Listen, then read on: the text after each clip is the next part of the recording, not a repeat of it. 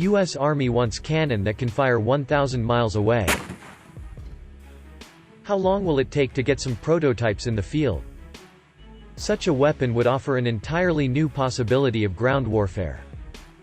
What if the Army could destroy enemy air defenses from a land across hundreds of miles, hitting well-defended inland areas inaccessible to even a sea-launched Tomahawk capable of 900 miles? Or what if the Army could defeat an oncoming enemy mechanized armored force with suppressive fire from incredible distances?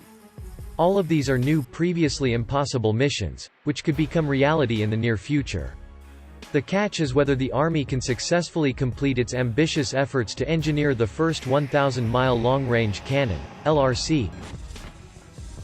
This is a new paradigm. A new approach to affecting strategic ranges, but not without challenges. Brig. General John Rafferty, Director, Precision Fire Cross-Function Team, Army Futures Command, told the National Interest in an interview. Currently, the Army's efforts are primarily science and technology initiatives exploring possibilities through collaborative efforts with the National Academy of Sciences and the Army Science Council.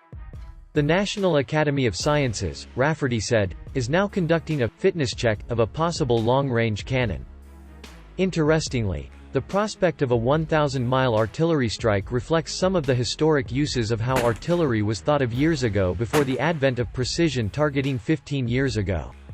For many years, artillery was considered a regional weapon, intended to cover targets with suppressive fire to allow troops to reposition or maneuver on the battlefield. However, the advent of GPS-guided artillery with weapons such as the advent of the S-caliber shell in Iraq in 2007 changed this equation, introducing the tactical possibility of using 155 mm artillery for precise precision strikes, almost as the JDAM could do from the air.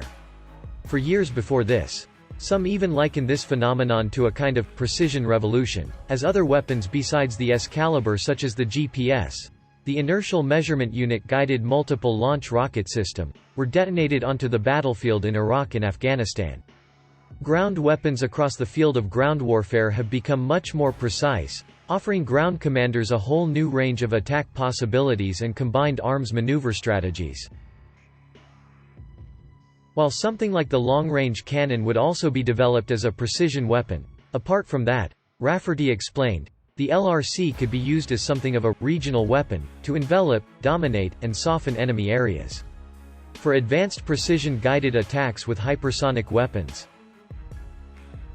It may be too early to see a timeline for prospects for success with this, but last year Rafferty told me the Army thinks it might be able to have some options in 2023 with the right funding. Initiatives of this kind are especially relevant in places like the Pacific. A quick look at simple geography, for example, reveals that ground artillery guns with a range of 1,000 miles can travel to mainland China from any place in Korea or even Japan. For example, the distance from Kobe, Japan to Beijing is listed at 941 nautical miles. It offers entirely new land warfare possibilities by allowing ground troops to attack across areas separated by water. Could it be that Navy ships can't transit in an area to get into an attacking position? Maybe air defenses are too sophisticated for Air Force aircraft to destroy targets? In this kind of contingency, the ground army can hold the adversary at risk for either deterrence or offensive operations across vast and impassable swaths of ocean. Perhaps a weapon like this could strike a coastal area to pave the way for further amphibious landings? Not to mention, the Army is increasingly working with other services to explore new multi-domain strategies for combating attacks, and a senior Army official told me about a year ago that there's no reason ground guns can't strike maritime targets at sea. Definitely Australia, the 1,000-mile cannon can attack enemy ships or at least deny access to certain areas with suppressive fire.